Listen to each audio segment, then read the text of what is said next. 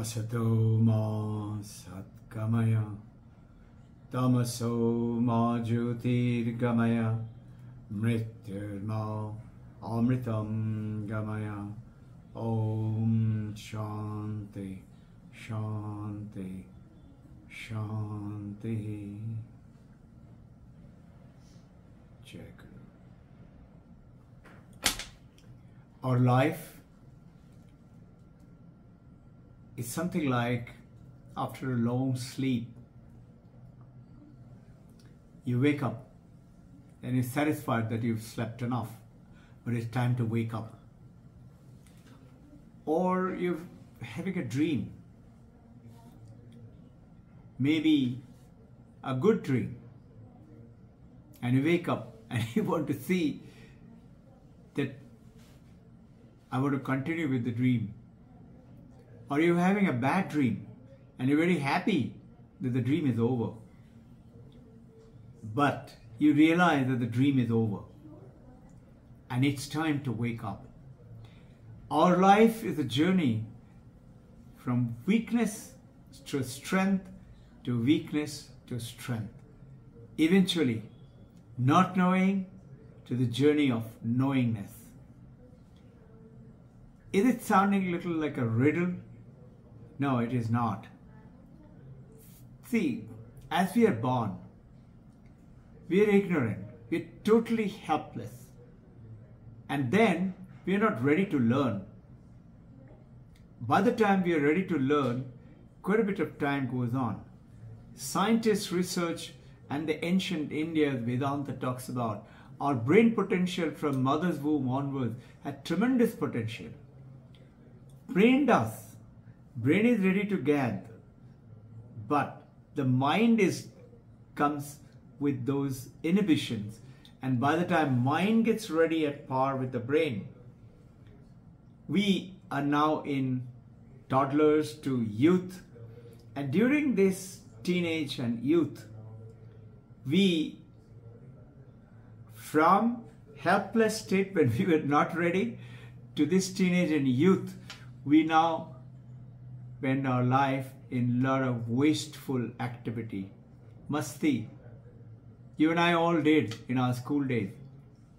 And nobody told us, hey, you're a good kid. Very few, very rare. You're a good kid. And if you work with me, I'm going to make you an all-rounder state topper. Just state topper. Maharashtra state, Bengal state, Punjab state. Nobody told us. So we continued to grow and remained a so-called glorious middle class. Some of us escaped the net of the fisherman's net. Some fish jumped out, and this is the Maya. And then, after that, as we start to learn, we have already spent our youthful energy. And now comes the middle age. And the middle age, now we have become little less energy, less initiative, less daring to go, and then slowly catches up the old age, and then we are ready for the body to die. And because of which we are forgetting that you and I, we are a perfect package of power and strength. But this power is not a Spider-Man muscle power. That also. But the main thing is not the body. Like a tip of an iceberg, just the tip is the mind, body, intellect, and memory. Mind, body, intellect, memory. Mano, buddhi, chitta, and ego called the ahankar. That's the tip of the iceberg. The giant is under the ocean, the iceberg. Just like that. Yours and my strength, the power is lying within. But we are not very clear. And by the time we start to, this is the weakness of the childhood, to the toddler, to the strength, that time we are daring to do anything. And from there we go down to strength as we start to intellectualize ourselves, utilize our brain and memory. And few only escape the net. And then we learn to realize, yes, I am very good. And then suddenly the middle age catches up and we start to accept life is like that. And then the old age, my dying age has come. So because of which, even if you and I live 110 years of age, we die very unhappily and unsatisfied life. So it is time for us to wake up, like from the dream, like from a long sleep and waking up. And Uttishtata Jagrata is the message of Swami Vivekananda. This is the power which is you and me. We have failed to understand that. This giant from which is within us. All you and I have to do is get aligned to it. Get connected to it. And this is why it's the spiritual journey laid down in the ancient Vedas and the Upanishad. There is a beautiful journey article by Swami Ashokananda. Journey of the spirit to its realization, in which he is going on and saying, human beings pass through in this journey 3 stages. Number 1 is instinctive. Number 2 is intellectual thinking. Instinctive thinking. And number 3 is intuitive. Let me repeat that. Instinctive thinking, intuition. Instinctive is when we do what we have to. I have to go to the washroom. I am hungry. I have to eat. Just like the animals. And the animals are being driven by the nature through the instinct. When to eat, when to sleep, when to hibernate, when to produce, all by nature. They don't have much potential to think, very little. And their cunningness, their strategies to attack or build nest or bring fruits or store is all instinct driven. And they're driven by the nature. And nature makes, if it is overriding their situation, then the animals give up and they succumb to the oppressions of the nature. And then comes, that is also there is in the human, but the humans have got a huge power of thinking, you and I. We think entire discoveries of whether scientific or art or literature, anything. It is the science of the discovery of what? That thinking process. We override the nature. Whatever nature says, we say no. And we control temperature, weather, and whatever. We like cold weather, heat. Hot weather, cold. We are creating. Warm area, refrigerator for ice. And we are fighting against the nature. And we are there to say no to the nature. But these are all mainly body, part of the mind, intellect and memory. But what we are forgetting is the intuitive power, inner tuition, inner guidance. That is the power of the souls. This is what it means, souls realizing itself. The soul is the initial journey.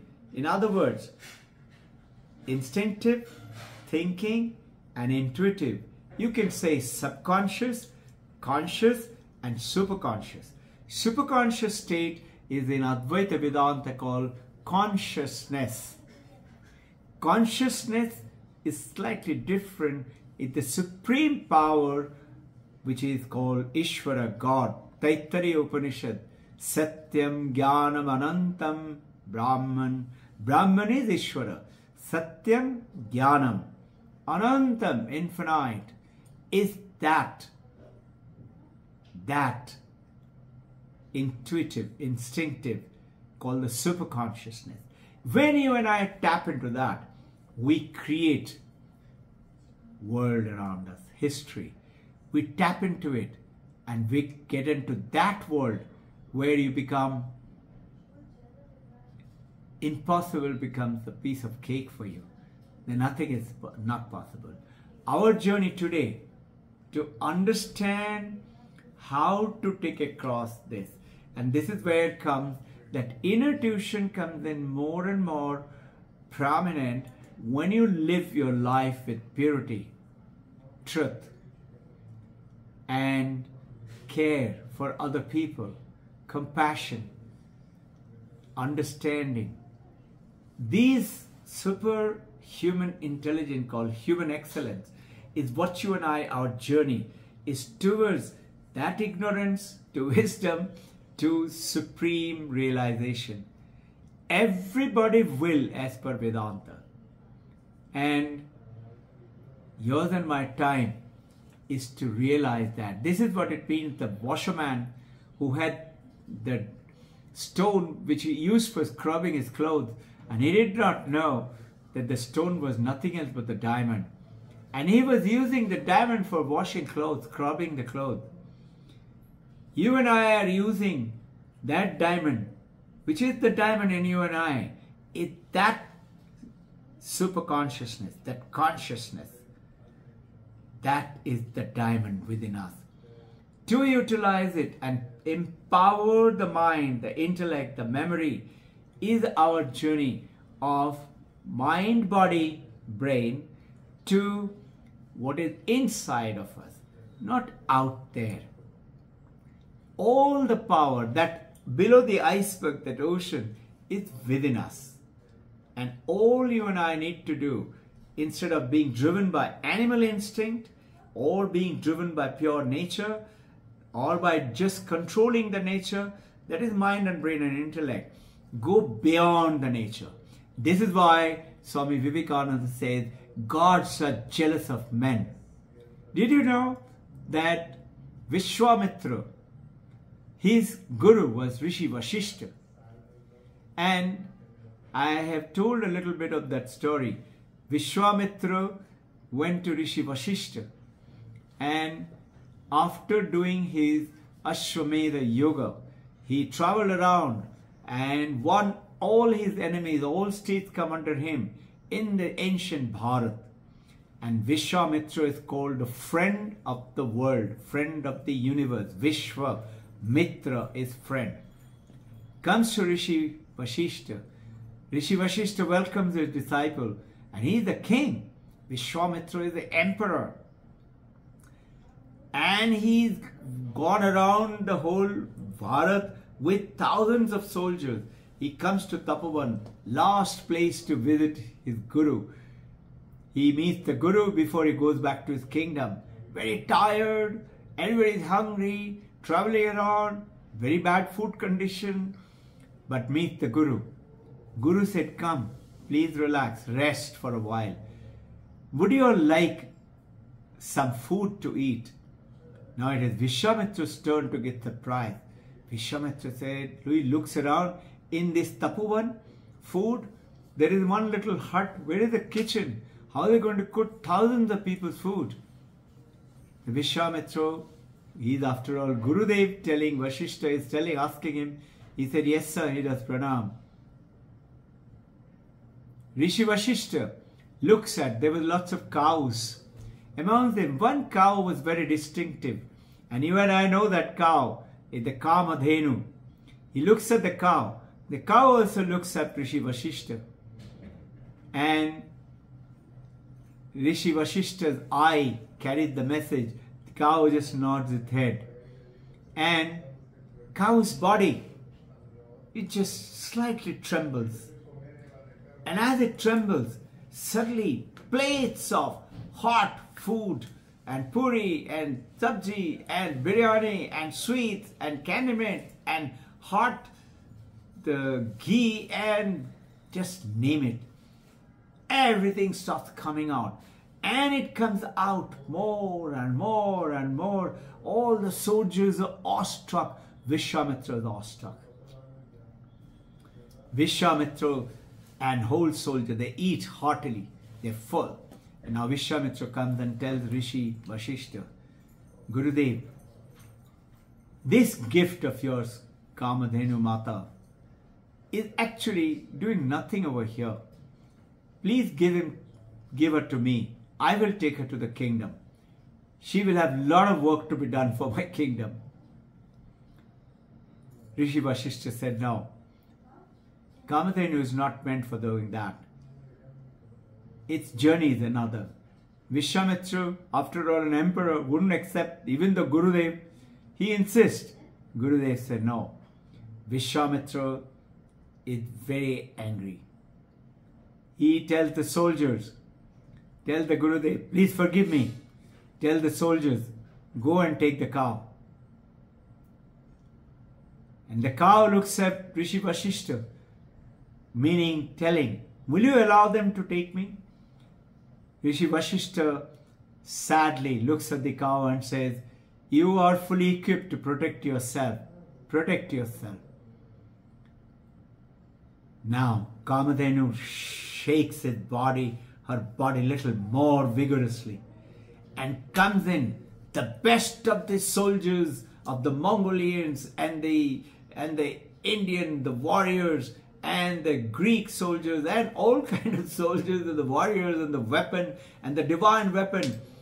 And they all, within no time, destroys Vishwamitra's old soldier. Story goes on. Vishwamitra, application over here is only this much. He gets very upset. He angrily, though he is Guru, after all he is an emperor, doesn't like being told no. He somehow got taken by his tamasic nature. He looks at Gurudev and goes off to mountain Himalaya. And he does tapasya. And he wouldn't eat, he wouldn't drink. He would stand on one leg and continue to do. Eventually, Lord Shiva comes. And continues to, Lord Shiva gives him the power of all the weapons. But he continues to get more power. So much that Indra got jealous that Vishwamitra is now going to be more powerful than Indra, the Lord of the gods. Then Indra sends Menaka, go and get Vishwamitra to be under her power. Gods are also jealous of men. Vishwamitra became ultimately a Rajarshi and then Brahmarshi. But why was Indra jealous of a human being? Because human beings can do what gods cannot do. And you and I have that power within, which is the supreme Brahman power. You and I need to shake up and wake up. Follow these processes. Shravanam, listen. Mananam, reflect. And invest some time and read. And Nididhyasanam, focus your mind, concentrate, and develop that power, the giant, that bottom of the iceberg from within.